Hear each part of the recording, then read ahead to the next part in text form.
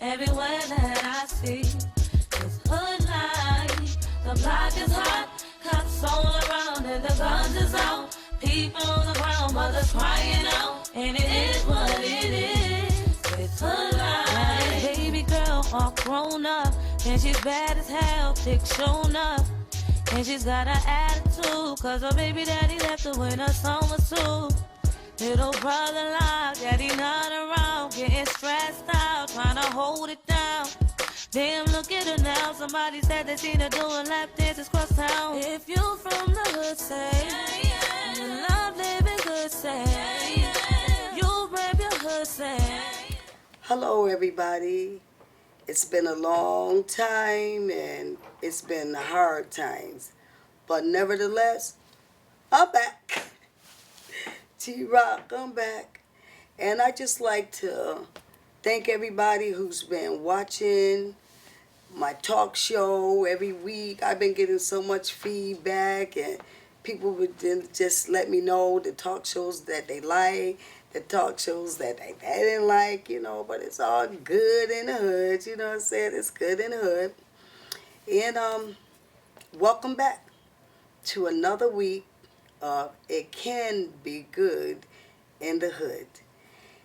And I just like to say this evening, it's been hard. So much has happened.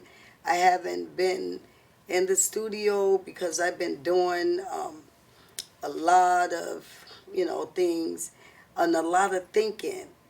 And I have decided that it's time for me to get out of the kitchen and get back on the street, get back in the hood, because there's so much happening in the hood. All the shootings, stabbings, it's just so much crime in our hoods. And I really just, I love to cook, and that's what I do. I feel I'm one of the best. I'm not the best, but I'm one of the best chefs in this town. And I really been thinking this thing through. I know I want to make money. That's all good, especially in the hood. And at the same time, I know people out there are dying. And it's like, I told you that this show would be spiritual. It's not religious. I have a religious one that come on after this one, but this one is spiritual. And so I know that a lot of people, the Bible tells us in Hosea 4:6 that my people are destroyed for lack of knowledge. So there's a lot of people out there that are dying because they don't know the Bible. They don't know what God says. And those of us who do know the Bible, we're supposed to be witnesses. We're supposed to be witnessing to these people and teaching them the right way to go. And the Bible say that the harvest is plentiful and the laborers are few. So there's only a few people out there that's doing what God has instructed us to do. And I've been in the restaurant business now. This makes 6 years I've been doing it.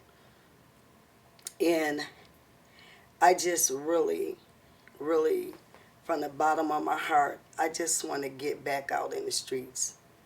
Because I used to be, and I was, before I came in the restaurant, I was a street preacher. I know some of you who met me during my time as a restaurant owner, you probably encountered me in some unpleasant situations where, dealing with the public, it's hard. You got people with all kinds of personality that'll come at you, and I don't have incidents where I don't have people snap at me, yell at me, cuss at me, and as I sit here before this TV tonight, I have snapped back at them, and I have cursed back too. And that's why I'm here before this television, to make a open confession and an open apology. it's been hard working in that field in the world. It's hard, you know, and I know, you know, that I have offended a lot of people. People have offended me, and I know too much about God to want to fight back with you. If you want to fight with me, I have been trained, and I taught the Bible where I've been trained from a child. I know that you don't have to go to every fight you invited to. And then here lately, in the last 6 years, I've went to some of them. I ain't saying I got physical, but I did get verbal. And when you got the Spirit of God living inside you, it's hard to sleep at night. If you don't have an argument with somebody, and you know you're supposed to be a Christian, you're supposed to be saved, sanctified, baptized, have the precious gift of the Holy Ghost, but yet they see you out there cussing and acting a fool. It's like it's an abomination to God. It's like, why do that to God? Why carry His name on your head? I'm a child of God, but you acting like a child of the devil. So, and these 6 years, it's been rough, it's been tough. But I thank God as I sit here tonight, I ain't beat nobody up, I ain't nobody beat me up, but there's been words that was said, and I know a lot of people don't like me. I always say that, but I just thank God, because if everybody like you, something wrong with that picture. Because when Jesus came, everybody didn't like him. So I'm happy that everybody don't like me, but I love everybody. Because what's inside me, love everybody. So those of you who I may have had problems with you in these last 6 years, it's been 3 different restaurants, and it's been thousands and thousands of incidents where a lot of them been very positive meetings. I've met a lot of people in the 6 years, and I've got a lot of comments, and I got a lot of good reviews and stuff, and you know, it's been more good than bad. And so I'm really proud of myself. I have to give myself on the pat on the back. And thank God, you know, that I'm still here today. You know, but looking at the neighborhoods, I said all that to say, I'm sorry if anybody watching this telecast, if I have offended you, I said something to you, I done something to you, I apologize. I make an open apology, because I need to get back in the church like I was full time before I got in the restaurant.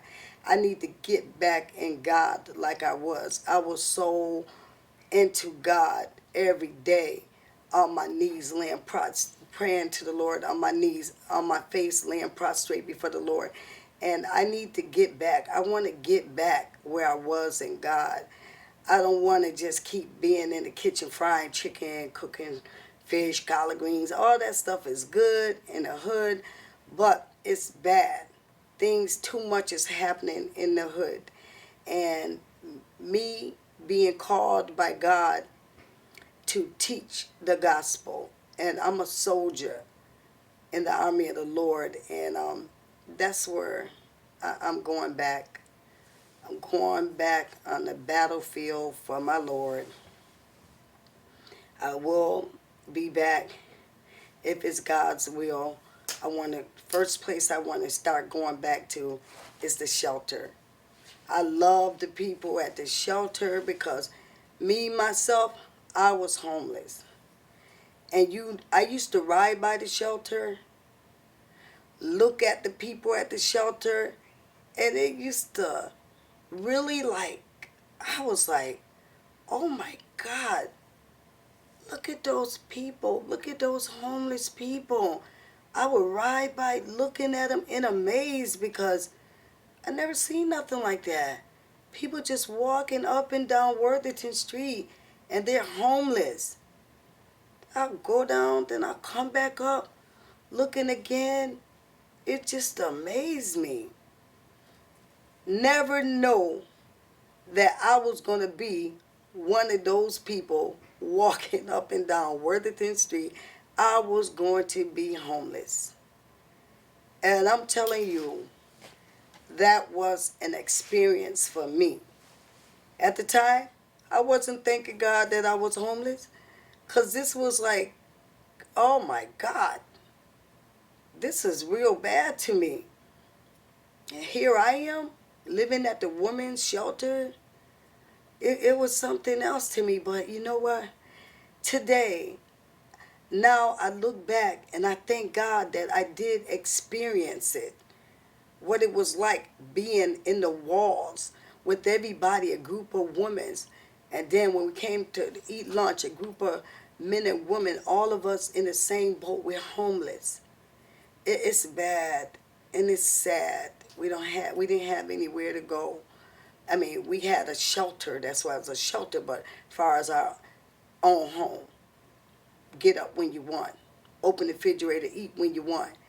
There's rules and regulations when you're in a shelter and you don't abide by them.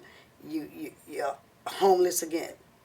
And so I thank God that I went through that experience, and because I went through it and experienced what it was, that's what made me have a love and a compassion for the homeless, the people at the shelter. And I just thank God that He gave me a ministry at the shelter every day, going picking and getting, I had a van.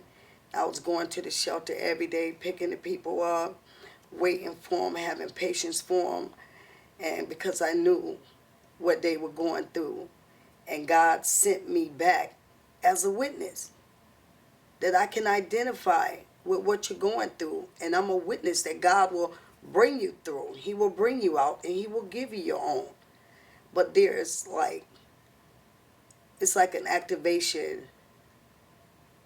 You have, like how you operate a cell phone, get a cell phone, there's instructions on what you got to do to get it to work.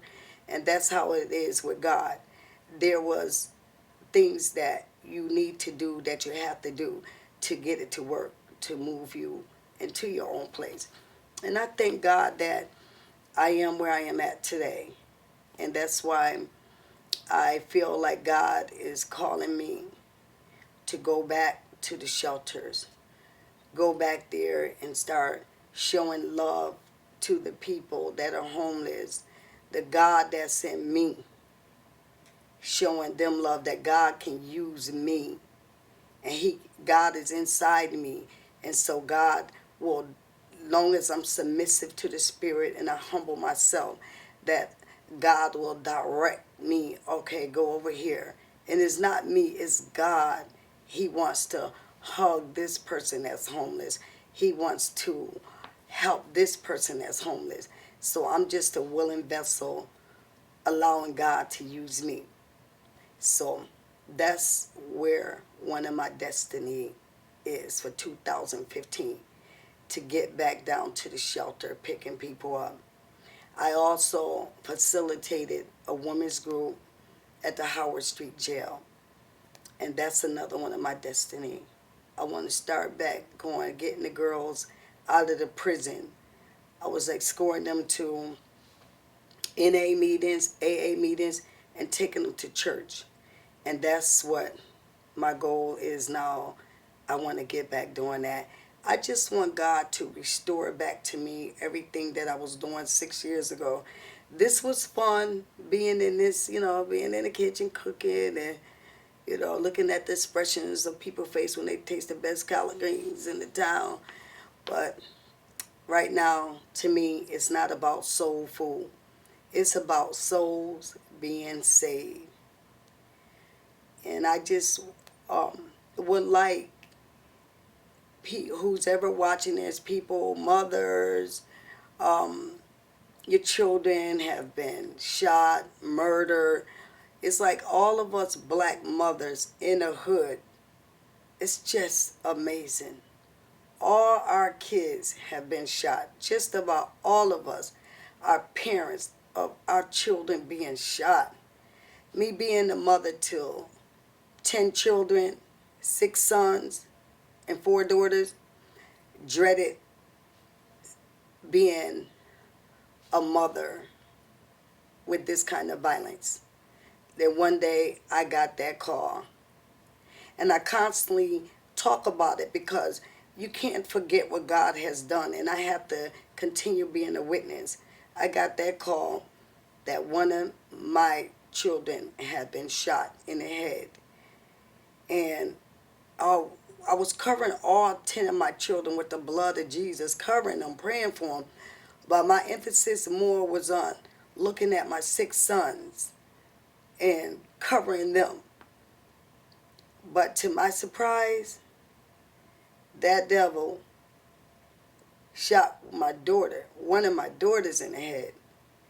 And today, I'm telling you, I'm sitting before this camera, before this television this evening. I'm truly blessed because my daughter survived. She survived. Everybody know her. Her name is Asia. You could go on YouTube and you can see Asia singing, and she did make a CD called Hood Life, and now she's back in the studio and she's trying to finish up her career, and she has a new CD that's going to be out this year, 2015. And so I'm blessed. But a lot of mothers wasn't as fortunate. I won't say fortunate, because I think that's the wrong word. That's a street word, or that's just, what society use, fortunate. But I call it blessed. I was truly blessed that God did not let that bullet take my daughter out. And then a lot of the mothers whose children were shot and murdered, I would like to coming up, because now I'm going to be focused more on my television ministry. I'm going to be focused on this show right here, my talk show, It Can Be Good in the Hood. So at the end of this show, you'll see my phone number. If you have a burning desire, something that you want to talk about, I'm going to bring the mothers on who, the ones that are ready, because a lot of them are not ready to come before television and talk about it. But I have talked to mothers, parents, fathers too, who are ready to come forth and talk to the youth in our black neighborhoods. And we're going to try to encourage them to stop shooting each other, and seeing if there's anything that we can do to bring about peace in our neighborhoods. It's sad, it's bad, all the black boys killing each other, looking at each other. You're a black man, a black young boy, and you're holding a gun, and you look at another black boy, and you could just pull the trigger. That's sad and that's bad, and it shouldn't be in our hoods. And I think that if we can, us parents, come together and talk to the youth and let them see how bad it's hurting, the mothers that are hurting whose sons have been murdered, the fathers who hurting their children murdered, maybe it would probably touch that murderer heart, or the person with the gun, maybe to touch your heart, and you won't want to shoot nobody else, because karma, eventually it will happen to you. I mean, if you are out there shooting, it will happen to you. We don't want it to happen to you. We don't want it to happen to nobody. That's why my show is titled It Can Be Good in the Hood. If we come together and we try to come up with a solution, I think a lot of it is jobs. I think the young black men and Hispanic men, there need to be more job opportunities out there for you guys. And my phone number, like I say, is on the after the telecast go off on the end of the show. You can call me, and if it is that you're stressed out, you need a job, maybe I can help you. I know I will try. You could call me, because I know a lot of the fighting is, a lot of the young guys are, they're selling drugs and they're trying to make money, and it's hard. You selling drugs on this street, Then somebody come on the same street that you making money and they start selling drugs and they taking your money and it causes problem. But I believe that we parents and the people in the neighborhood, we can come up with answers and jobs. We can create a job. I definitely know how to create a job for you. You just have to be willing to do it. And one of the things you got to do, pull your pants up. It's hard for anybody to hire y'all, the young black men and Spanish men, because I don't see too many white boys walking around with their pants down. It's just y'all. But that's the first thing you got to do. You got to pull your pants up, because if you work in the kitchen, you can't work in the kitchen with your pants down. You got to pull your pants up. And the girls, you got to pull your skirts down. That's one thing that an employer looks for. They look for your appearance, And I know a lot of people, it's like passing a drug test. If I help you out with a job, I can tell you right now, it won't require a drug test. I'm not saying I'm looking for kids on drugs. I know that's another things that stop you from getting jobs. But I just want to help, and then there's a lot of youth out there that know how to rap. A lot of you young guys, y'all in the studio, that's a gift. When you can rap like that, everybody can't do that. Every nationality can't do that. I know Eminem did it. I don't see too many came behind Eminem. I just know only that one was able to do it. Maybe there's others that can, but I know that it's a gift that was given to the black men. That rapping. You can make money, so you can call me. I have a studio that I can bring you to, a recording studio that help you get your recognition. I can bring you to this TV studio right here, and we can bring you into a studio, a live studio, and let you perform. That's another way you can get your recognition. So whatever it is that I can do to help you, that's why I'm here. It ain't about me. It's about God using me to help you. I have so much love for y'all, and the girls, y'all call me too, and we can think of something that you girls can do. If you girls rap, you sing, you cook, we got a job for you. So please call me, talk to me, and let me know what's on your mind. And like I say, I would encourage people to call me so we can do some show ideas. You call Maury, you call Steve Wickle, Steve Wickle. You can call me Teresa, and we can do it right here in the hood. We can do it right here in our hood. And next week, I'm going to have amazing children on the show. I got a little cousin, he's 5 years old. His name is Paul. His mother is Ida.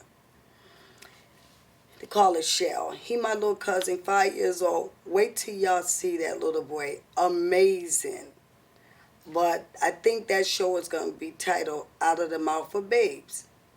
Then I have a set of twins, 6 years old, off the chain. Wait till you see them. I have a granddaughter, 9 years old, beautiful, named Ariana. She can dance, she can sing, and Ariana is going to be performing. I have a nephew, we call him Little Matt. He can pray for you. So he's going to be on the show praying for everybody, showing you at 3 years old it can be good in the hood. He knows how to pray. And I forgot my twins to tell you their names, Titus and Tobias. Wait till you meet them. So I just want everybody to tune in every Sunday at 8 o'clock.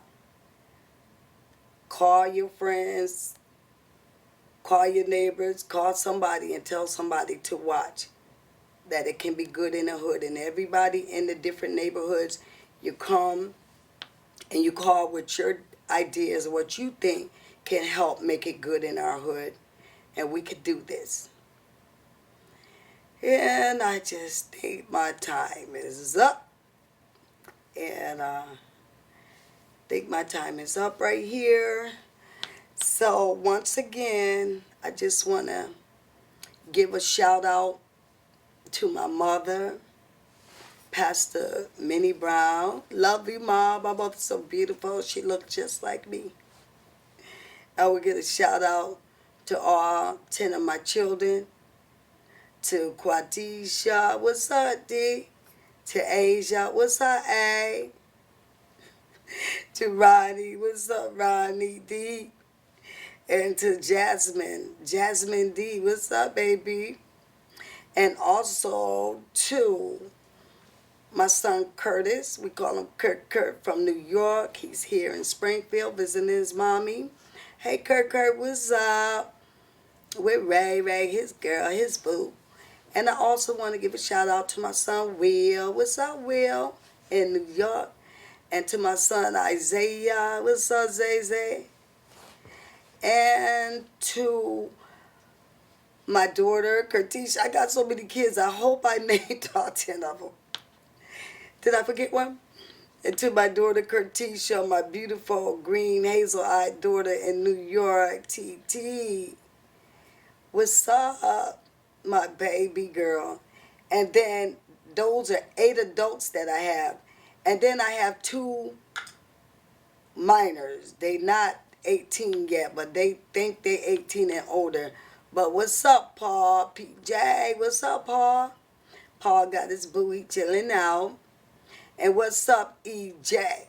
EJ, that's the baby. That's number 10, EJ. He calls himself the General. What's up, the General? And I'd like to give a shout out to my 13 grandchildren. And I'm not even ready front. I'm not ready to sit up here and name all their names. Yes, I am. I'm going to name all their names. Shantia. Hey, Shantia. Yasir, they call him Z. That's my grandson. Sharia, that's my granddaughter. Hey, baby. And Deja, that's my beautiful hazel eye granddaughter. And then T.A. she is so beautiful. Hey, Titi.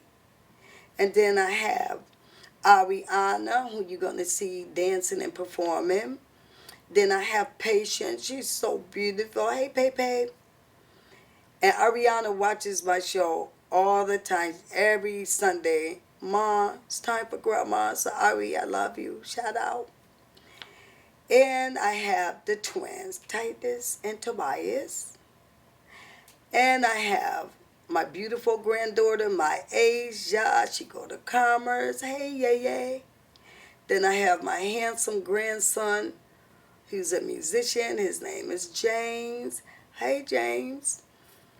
And I have Shakim, who lives in Hartford. Hey, Shakim. And is that it? Is that 13? Oh, my beautiful granddaughter from New York. She just came into Springfield, so she was in New York and now she's here. Her name is Teresa. She is something else. She's beautiful, but she ain't gonna speak to you. She ain't gonna speak to you. She's rough and she's tough. She's beautiful, but she don't speak. And so I just want to give a shout out to all my family, to the Daniels. What's up, Daniels? To the Washingtons, to the Locketts, to the Ciceros, to the Bynums, to the Burstons, to the Browns. I forgot the Browns. That's my dad, Jay Brown, who is a Lockett. It's so many family. I got so many family. I just love y'all very much. And I hope to see y'all here on Teresa's. It can be good in the hood. Bye. I'm out.